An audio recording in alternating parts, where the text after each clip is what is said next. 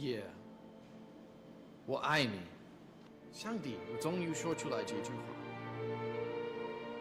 老师，你已经是第2次开这种玩笑了，就不能换点别的？我不是在开玩笑，是不是？告诉我，是不是？是。你呢？你也爱我吗？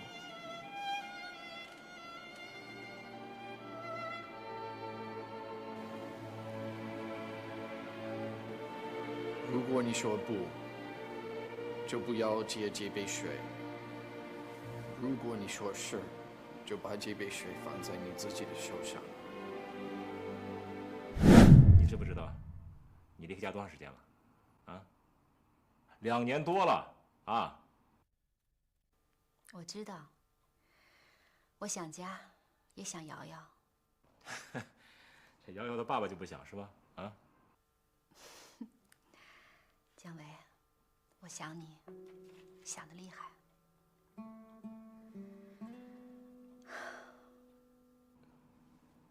瑶瑶，作业写完了吗？每次打电话都不让我听。瑶瑶来，跟爷爷来。陆岩，我也想你，我都快撑不住了。没出息。你不是男人，你当然这么说了。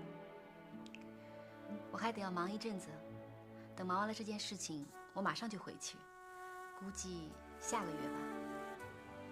哎，什么时候回来，一定要提前通知我啊，别搞突然袭击。哎，最好想个星期天，我和瑶瑶去机场接你，好吧？哎，对了，你那位导师最近怎么样？科米洛先生啊，人品非常好，对人也很热情。他在医学上的建树让人崇拜，我真想把他所有的知识都给学过来。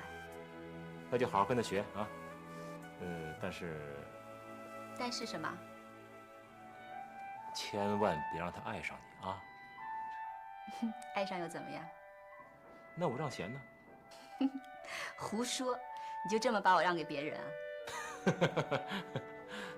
好了，不开玩笑了啊！我知道你的那份感情只属于我，别人拿不走。哎，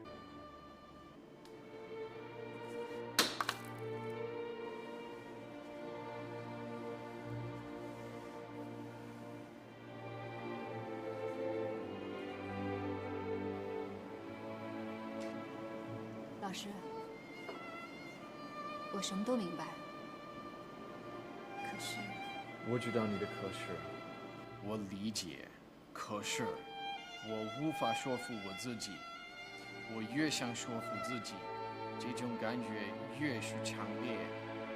我曾经向上帝发誓，我永远不会对你说爱。可是我也知道您的可是。我感谢你的爱，我会保留它，让它成为我的一种财富，让我觉得我特别的富有。我在谢谢你，我无法预示未来，可是我给自己留了一份希望，这份希望将支撑我的生命。哎，不是有个电话吗？晚了。哪来的？是个老外。老外？啊，是一个大舌头老外，直着嗓子直跟我嚷，说要找蒋卫。我说我们没这人啊，他就跟我急了，他说你是不是中国人呢？我要找的是长蒋的蒋，维生素的卫。我一听这是要找你啊。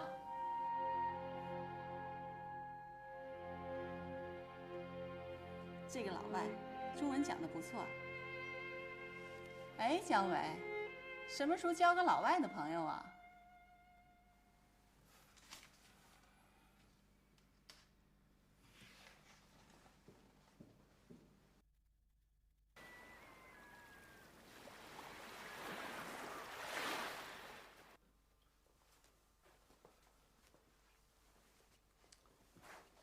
He refused to talk to you? No, there was no answer. I don't get it. What do you and Yi's husband have to talk about anyway? Do you want to tell him you love her? No. I just want to explain something to him. I've talked to him once before. Is this call very important? Yes, probably. It is very important. Perhaps. No, forget it. I'll just let Ye explain it herself. Well, I also admire Yi. She's an outstanding individual. But I could never love her. That's because you're old. No. It's because I don't like to do things that don't make sense. I don't like to waste time. Carmichael, don't you feel like you're wasting time, wasting emotional energy? My wife died 6 years ago. She was the only woman I have ever loved. Ye has changed all that. I haven't felt like this before, and I don't know why. I don't know what's happened to me. Do you love Yi the way that you loved your wife? Yes. No. I love Ye much more than I ever loved my wife. Then, as soon as possible, think of a way to make Yi love you too. There's nothing I can do. There's nothing anybody can do to help me.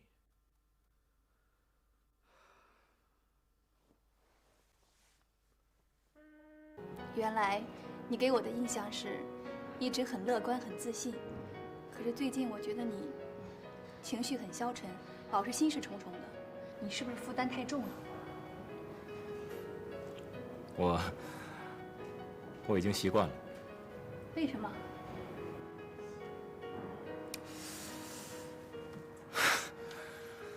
这个，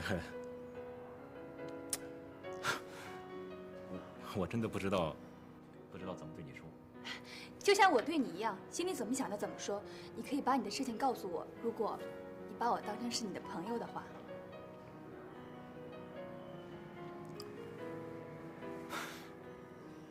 也许是我多虑了。我觉得最近我的妻子有些不太对劲。怎么了？ Catherine 的死对我是一个致命的打击，那是我生命中最黑暗的日子。我小沉，仿佛沉到了海底。后来，我开始拼命的工作，我用工作赶出生命对我的打击。我成功了，我把我所有的努力放在工作上，然后 Catherine 的影子消失了。 我的新生活开始，可是现在我又面对一个新的打击。新的打击。Yeah， 我们每天都在一起，就像现在一样，面对面站着。可是我一直觉得我们好远，就像隔着一条河，一条爱的河。 我很想坐进你，但是我不知道怎么坐进你，不知道怎么坐进来你的心里。也，在上帝的面前告诉我，你心里到底有没有我？也，不要回避，告诉我好吗？也，是真的吗？你是我生活中很重要的人。 你所给予我的是别人所无法给予的，在我的心里有一个位置永远是空着的，这个位置属于你。但是你也应该知道，在我的生命中有一个更重要的人，他就是我的丈夫姜维。这是我们无法改变的事实。我知道，我当然知道，可是我爱你，这也是事实，也同样无法改变。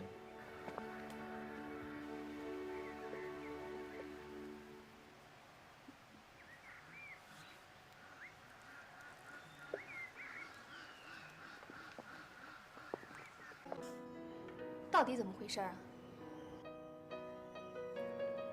1个星期前，他给我打电话，说下个月回国。可是没隔几天，我又接到个电话，说是要延期回来。打电话的是个男的，是个男的。他的导师。我就不明白，叶如云为什么不直接打电话告诉我，而是委托他的导师。 他的导师在电话里面做了很多暗示，意思很明白。叶如云，他不想回来，他想永远留在加拿大。其实啊，我早就应该有思想准备，但是这事儿，我觉得还是来得太突然了。我要是你，我就去加拿大找他，去祈求他回来？我做不到。 那也应该把事情问清楚，总不能这样不明不白的。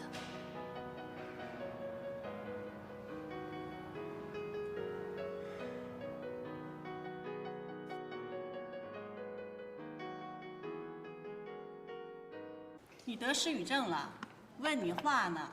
如云这2天来没来电话？没有。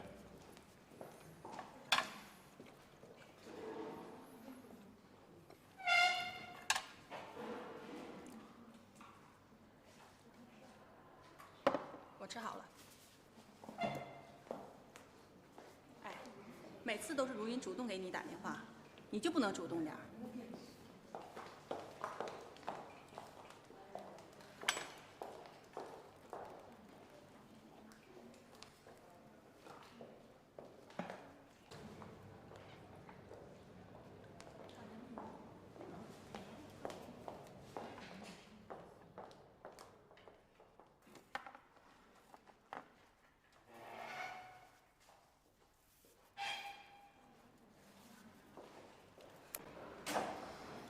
你给瑶瑶的妈妈打电话了吗？我为什么要打？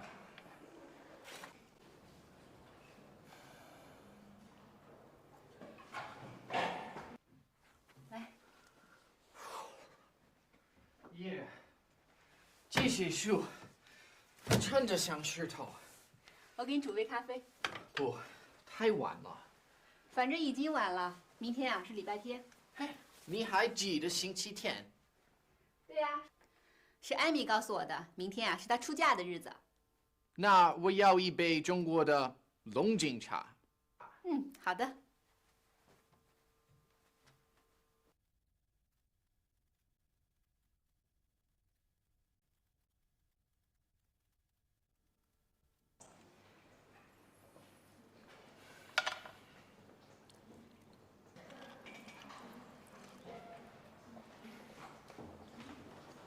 还是打一个吧。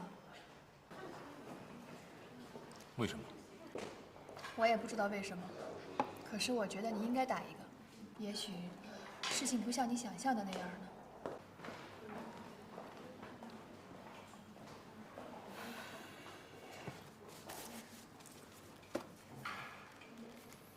要我回避吗？不要。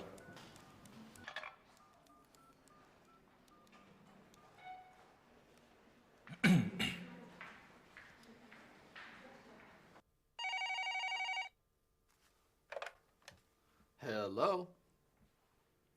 Whom are you calling for? Hello? Hello? 哎，刚才谁的电话？不知道，刚才没有声音。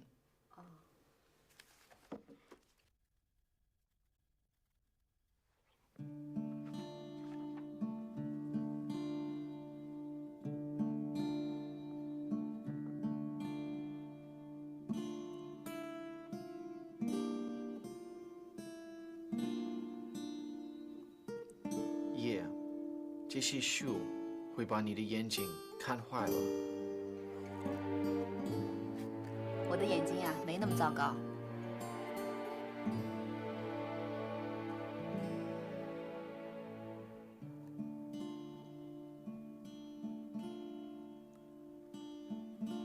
耶，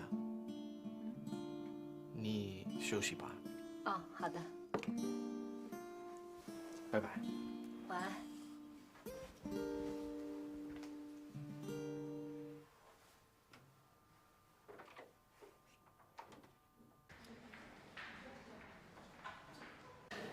怎么了？没人接？你知道加拿大那边现在是几点？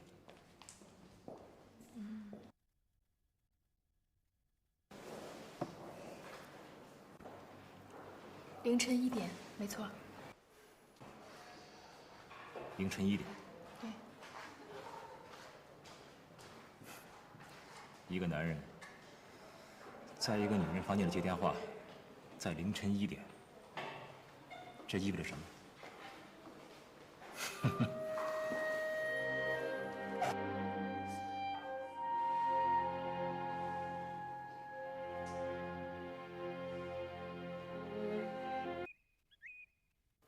无名菌在 CF 液体中的死亡率和死亡速度已经达到了预期的效果。如果疫苗成功的话，老师就把它命名为科米洛疫苗，您看行吗？爷，我现在不和你谈工作，我们好不容易休息一天，谈一些轻松的话题，可以吗？可以啊，当然可以了。那就谈您喜欢的歌剧。舞剧《胡桃夹子》《天鹅湖》。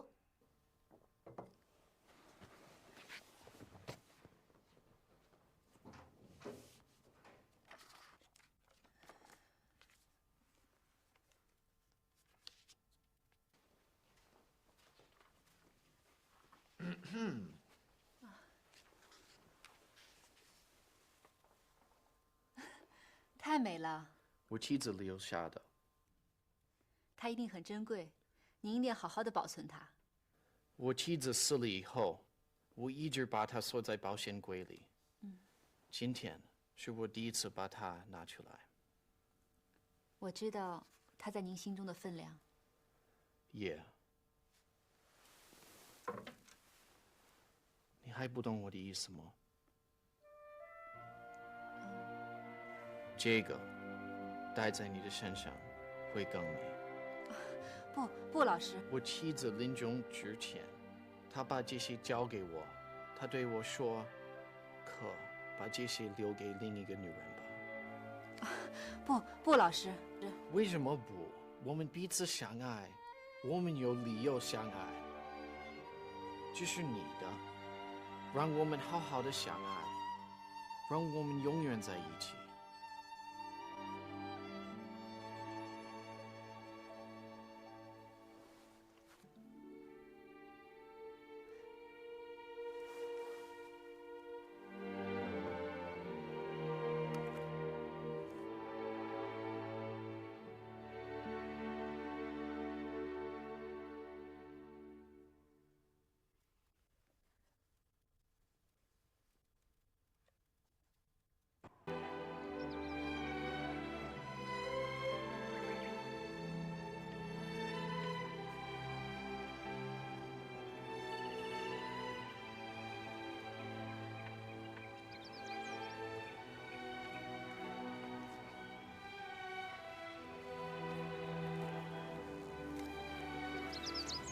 昨天晚上睡得好吗？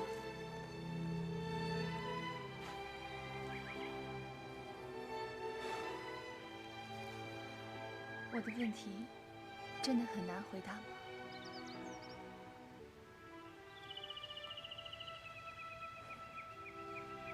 你不该爱上我，这对你不公平。我要的是爱，不是公平。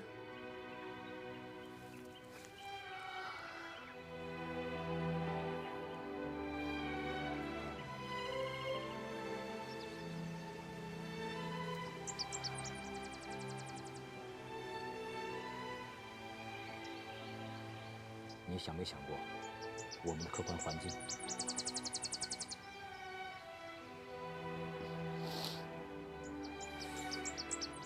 你前面亮着的都是红灯，这些灯光追逐着你，会把你给刺痛的。我不在乎。可是，连我都不知道我的婚姻会是怎样的结局。林彤，你想过我的婚姻吗？我不知道，我没想要破坏你的家庭，是你的婚姻自己出现了问题，现在正面临着解体。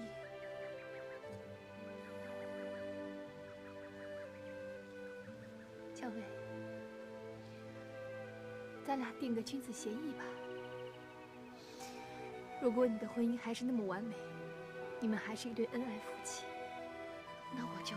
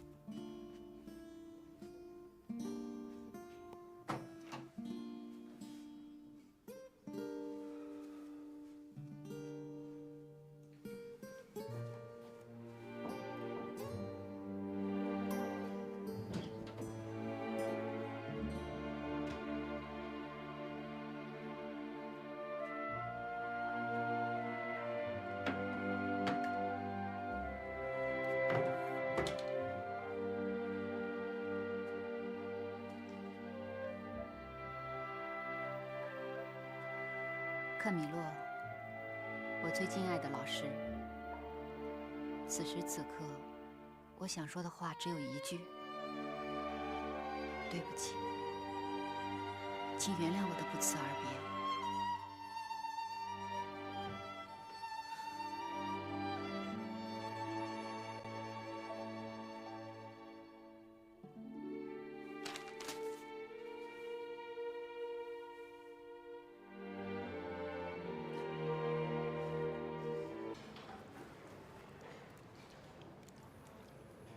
喂，啊，是我，啊，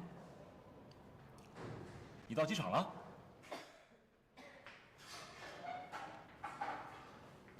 谁呀？他到机场了。谁到机场了？叶如云。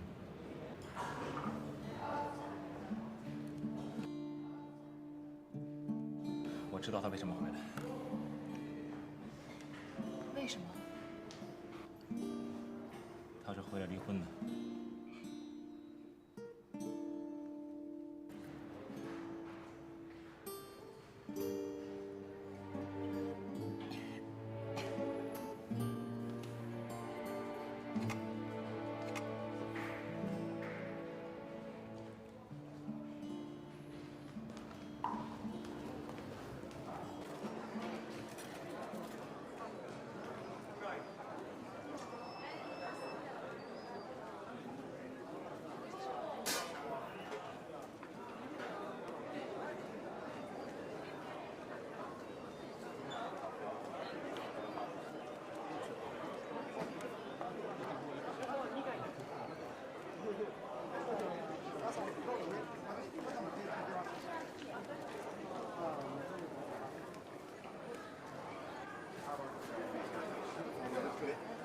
上面这面是，呀，我一直在。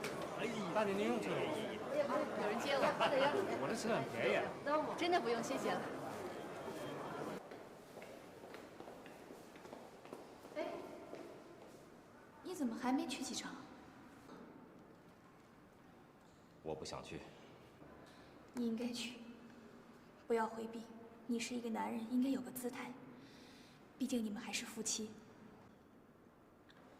我不知道见了面该说什么，也不知道怎么面对他。装出一副笑脸，相互问好，然后坐起来谈离婚，这太虚伪了。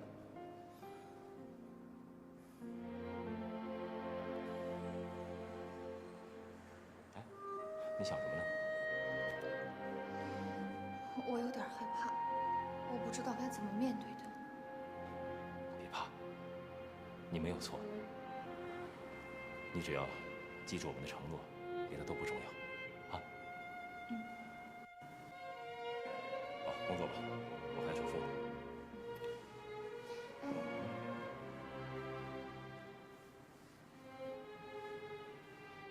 小心点儿。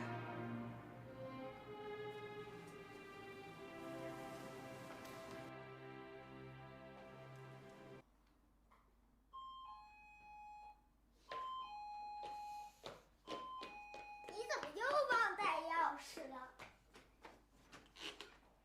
妈妈，瑶瑶，妈妈，我看看你，妈妈，长这么高了，想死妈妈了。瑶瑶，你脸色怎么这么苍白啊？啊？爷爷，妈妈回来了。爸爸，你怎么提前回来了？也不打个电话，我们好去接你啊。我给姜伟打电话了，他没告诉你啊？那他没去接你？快进屋吧，来。哎，瑶瑶来，让妈妈拿这个。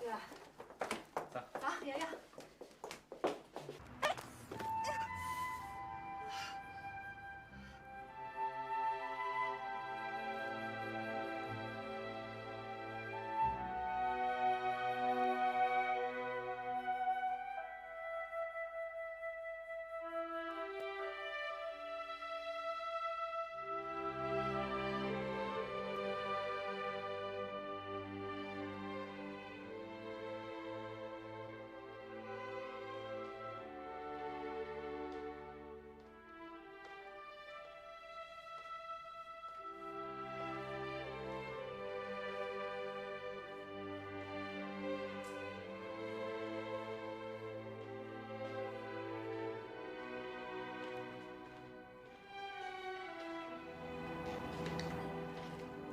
爸，我出去一下，哦，这么晚了还出去啊？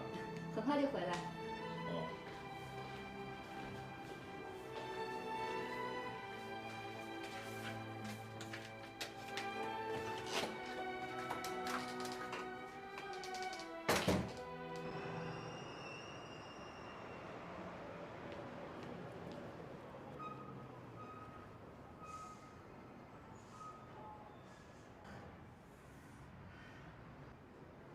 谁啊？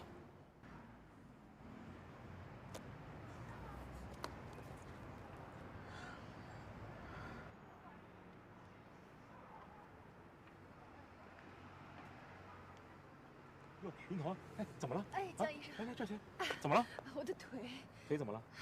很疼。腿疼，经常疼吗？原来没有，就从今天开始，来来，你活动活动，来。好像被什么东西扎了一下。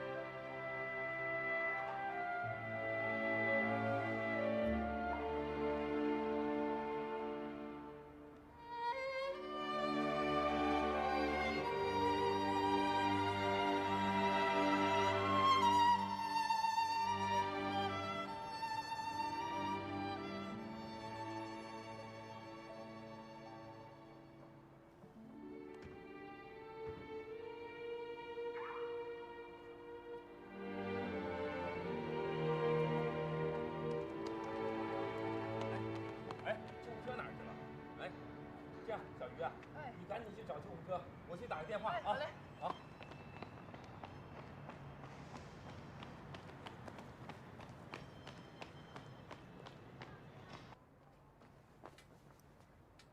哎，叶医生，是你呀？哎，你什么时候回来的？我下午刚到。是吗？哎，那边出什么事儿了？咱们科啊来个急诊病人，我得去请个专家来。哎，这时间也来不及了。哎，要不然你帮个忙怎么样？啊？好吧。哎呀，那太好了！快快快快快！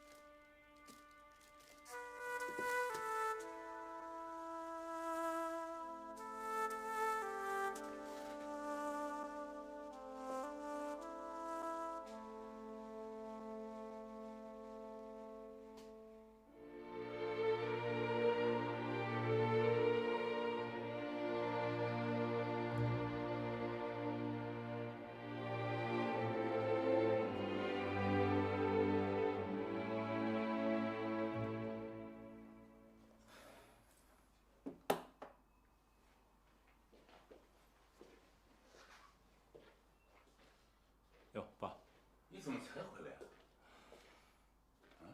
哎，人呢？你是说如云啊？啊，她吃过饭出去了。如云今天回来，你怎么没去接她？你忙得连1个小时的时间都没有啊！好，爸，您休息吧啊。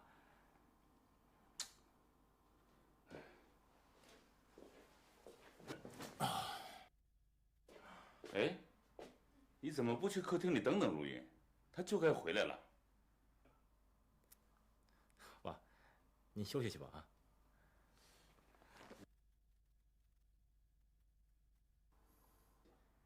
你今天这是怎么了？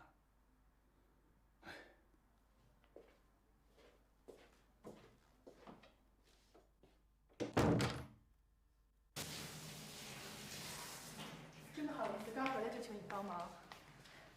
小玉，你客气什么？我又不是外人。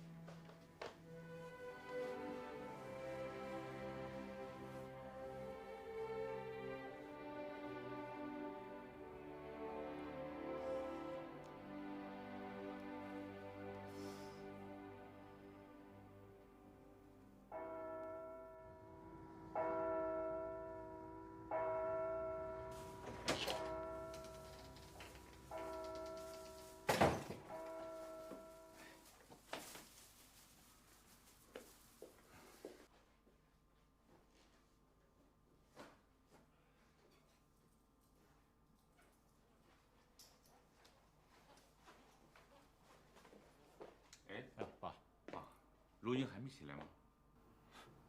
昨天晚上，他根本就没回来。没回来？爸，本来昨天晚上我就想跟您说的。昨天晚上就想跟我说，到底怎么回事？如云，他不回来能去哪儿啊？爸，有些事儿你要有思想准备。思想准备？是。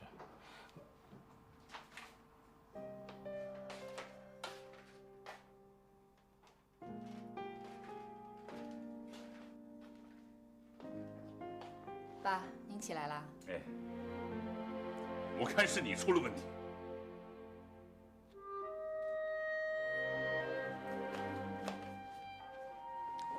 如云，你们两个到底怎么了？爸，没事儿。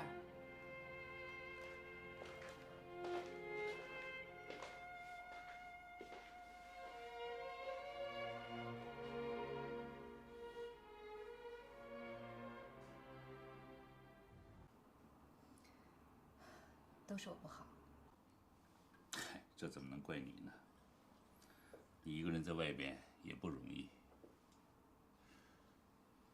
如云呐，爸，您想说什么？你和姜维，你们之间出了什么事？没什么事儿。爸，你想问什么？要是有什么事，你就告诉我。姜维哪里做的不对，我找他谈。真没事儿。哎呀，可是我总觉得你们之间好像有点不对劲儿啊。哦，可能是分开的久了，彼此都感到陌生了吧。哦。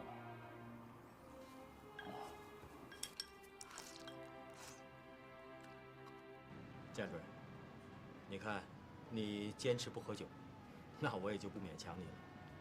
不过有一句话，我一定要说：如果我周哥有什么做的不对的地方，看在朋友的面子上，你一定得原谅我。这样，我来一杯啤酒，你以茶代酒，我敬你一杯，就算是我道歉了，好吧？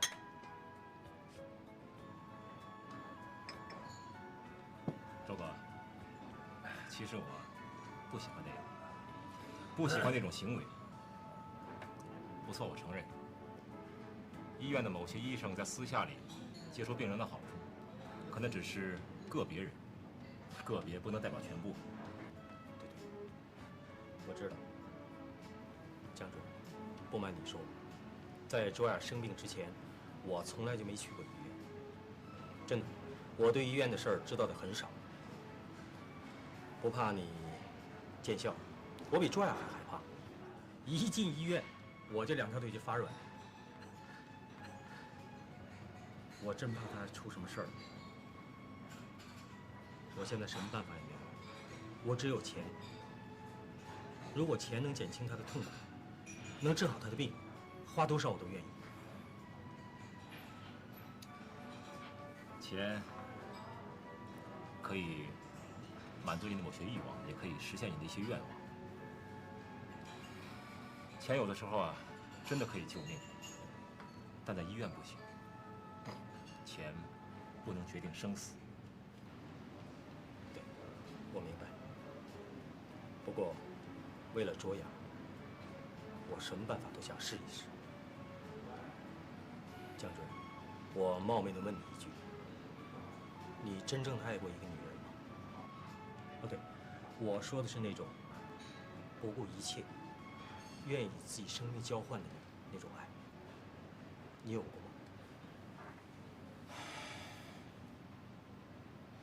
我没有你说的那种爱，但是我有自己的爱。我的爱啊，还没达到你说那种境界，但是我希望达到这种境界。爱对生命的滋润，远胜过世界上任何好的药物，我们都需要的。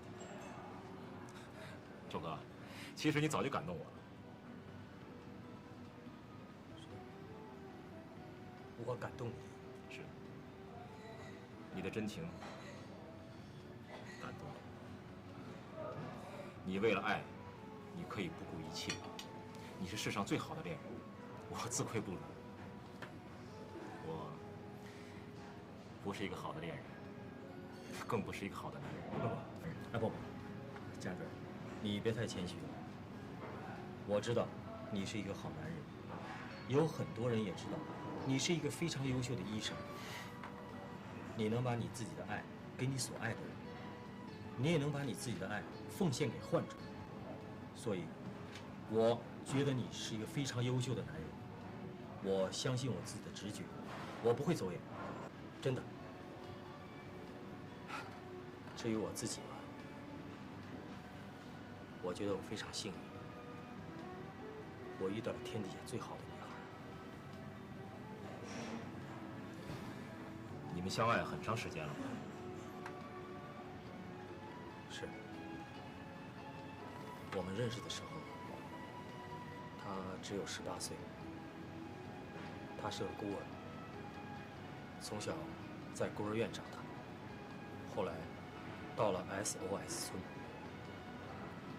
再后来考进了体校，成了俄罗斯体育队的运动员。哦，对了，我还给你介绍一下，他的爷爷是个苏联红军，为了帮助我们解放和建设这座城市，做出了很大的贡献。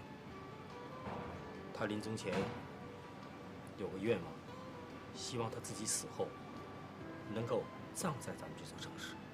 哦，对，他爷爷现在就葬在我们这座城市，所以卓雅对我们中国人有着深厚的友谊。他非常想找一个中国男朋友。就这样，我们相爱了。所以说，在这个世界上，我是他唯一的情人。说到这儿，我就把我们的故事讲给你听一听。几年前，我被骗了，是我舅舅的儿子。我没想到，这么亲近的人，他都能坑害我。他带着300万贷款跑了，这300万里有250万是我找朋友借的。你说出了这种事儿，我怎么向朋友交代？我就是长1000张嘴，都说不清楚。所以我觉得只有一死了之，我就跳进了黑龙江。不怕你见笑，我是个旱鸭子，一下去就沉底儿了。是卓雅救了我。他当时跟我说，放弃生命是愚蠢的行为，人只要活着就有希望。就这样，他来到了中国，我们真正的相爱了。也是他建议我干这种风险性比较小的餐饮业，所以我就从路边小吃干起，发展到今天。所以，我的一切都是他的，我这条生命也是他捡回来的。蒋主任，你现在能够理解我吗？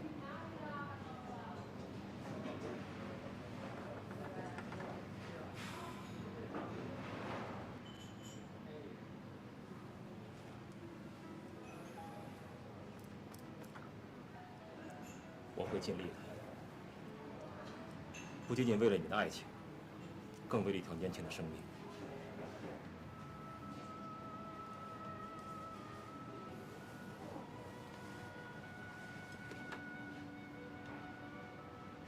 蒋主任，我谢谢。周哥，别这样啊！坐下，坐下，坐下。对不起，蒋主任，我出去一下啊。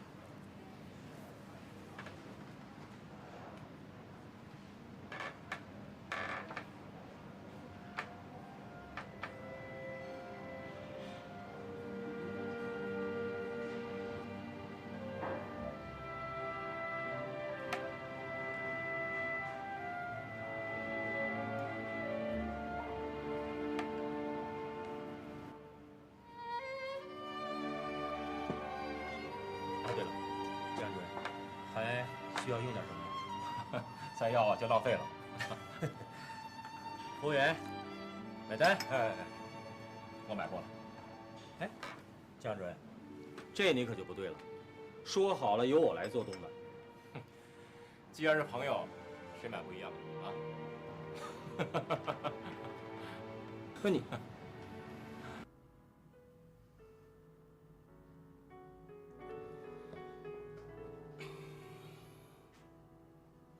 怎么样？刚从国外回来，家里的环境还能适应吗？既然是家，当然能适应。不过，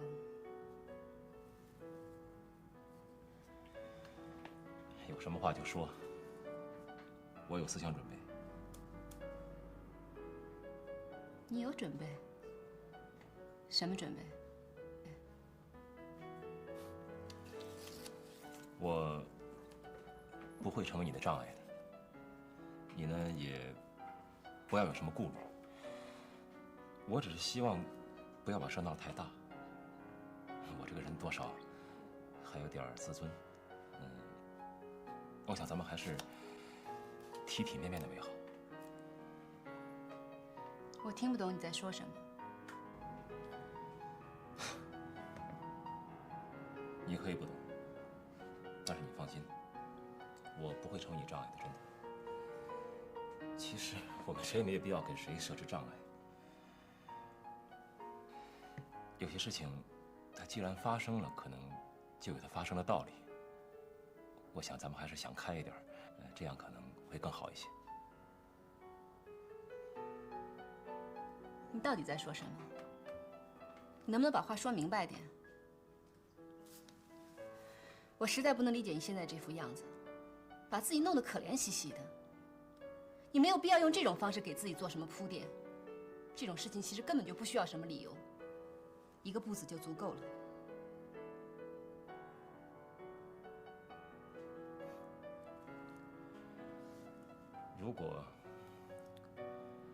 如果你是男人，我会说你是伪君子。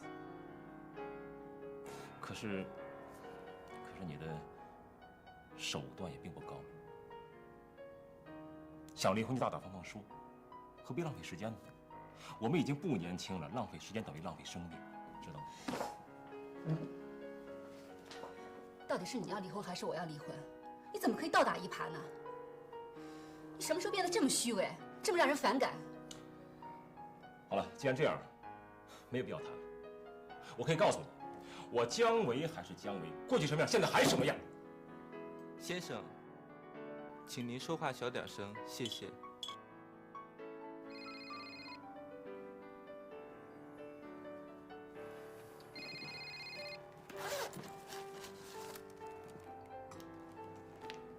喂，对，是我。好，我知道了。对不起，我有事儿，我先走了。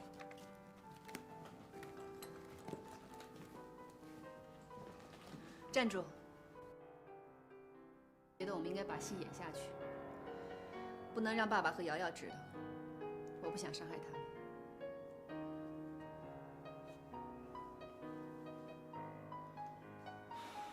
是，我也这么想的。那好，现在我们一起回家，然后买点吃的带回去，然后把我们该办的事情办了。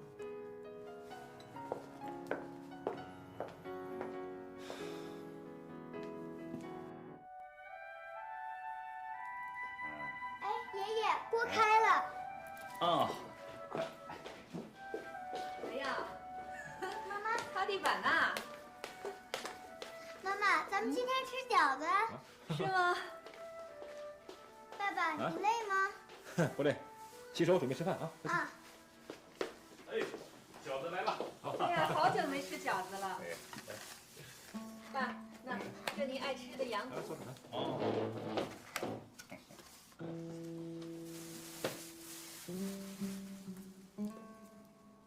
来，让瑶瑶先吃。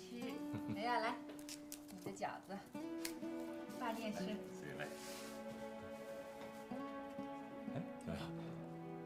怎么不吃啊？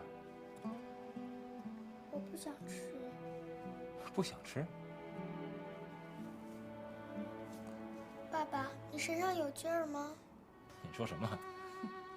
我觉得我身上没劲儿。你是不是刚才干活干累了啊？我不知道。以后这种活别干了啊，吃吧啊！来吃鱼，这是你爱吃的鱼。来，哎，你要醋吗？好，来点吧。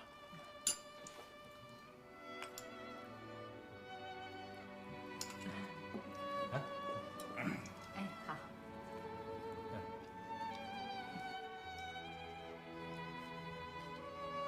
来，瑶瑶，来吃鱼。这个啊是爸爸给你买的。谢谢爸爸。来爸，那个肚味道怎么样？妈妈，挺好的。这次肯定又是医院打来的。是吧？来，你的。啊。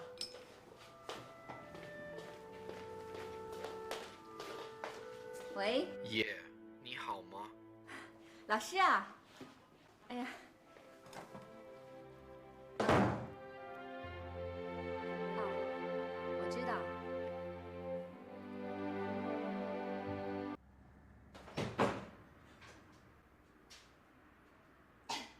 以后你来啊，就不要敲门了啊。那可不行，谁知道你在屋里干嘛呢？哦，什么意思啊？在这屋里我能干什么呀？干什么呢？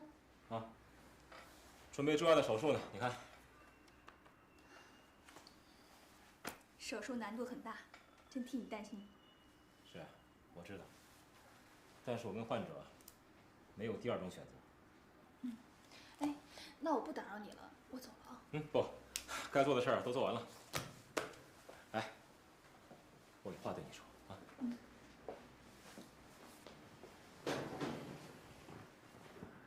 我和他谈过了，但是谈的不好啊。他好像知道我们的事儿。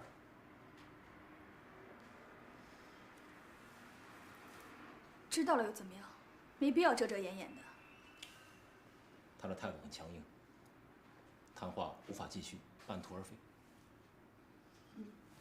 好了，现在不要想这些事儿了，好好想一想卓雅的手术吧。谢谢你，谢谢你对我的理解啊。你觉得我们俩之间还要说这个吗？那好，下次不说了啊。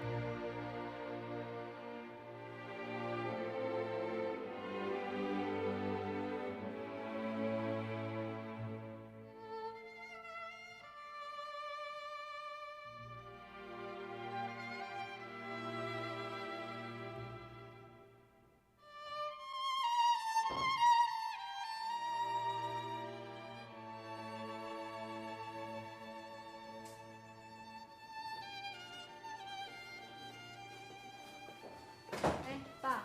哎，瑶瑶怎么了？瑶瑶没事了，正在睡着呢，看样子没什么大事儿。哎呀，你也真该好好陪陪瑶瑶，2年多不在家，回家就急着上班。你也该休休假，为了孩子，你也应该休息一段时间啊。爸，姜维的手术出了点问题，我有点不放心，我想去医院看一下。我听说了，事情已经无法挽回，你去有用吗？我还是有点放心不下。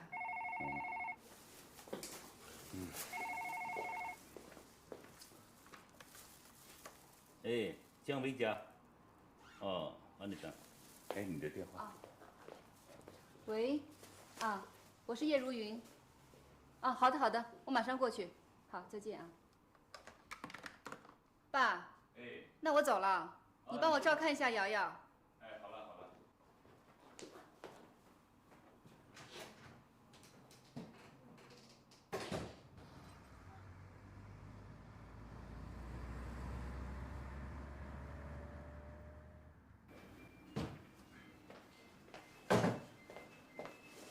哎，干嘛？进来。从今天起，你呀就在这间办公室办公。那屋那么多人，你跟他们挤什么呀？再说，你们两个都是技术尖子，在一起有什么事还可以及时交流呀。江主任。我这么安排，你没意见吧？如云，他没意见，他还冲我飞眼呢。再说了，两口子在一间办公室办公，是既浪漫又实惠。好了，我走了。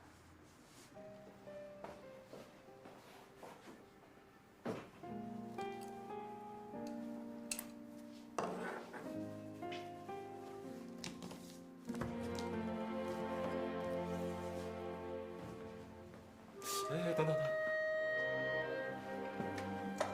等，你不是说可以演戏吗？在家里演那么好，那办公室为什么不行呢？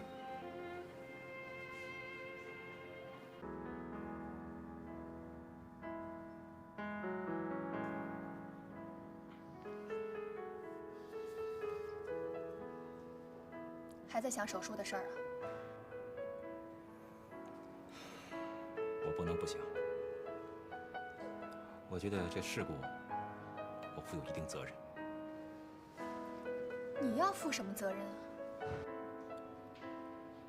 赵世轩晕台的时候，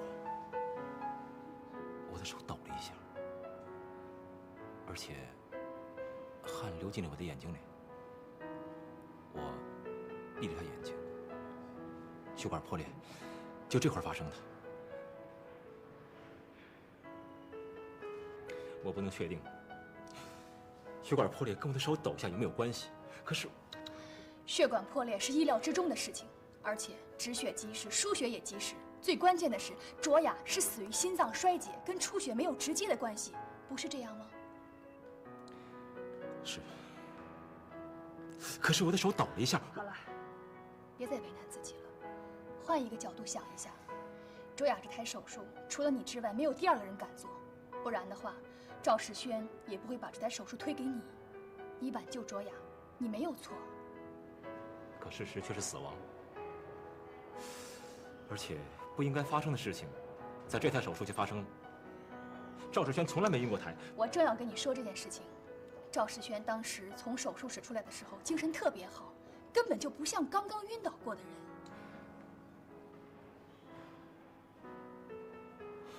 他不会坏到这种地步吧？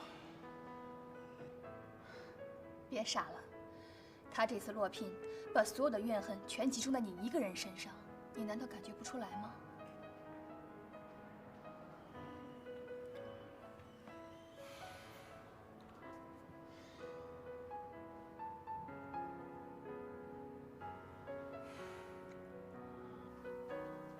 妈妈，我还发烧吗？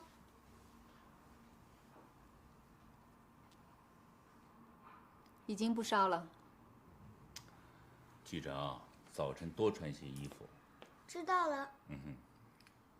哎，你刚才说患者的死跟手术没有直接关系？我认为是这样的。哦，这就好。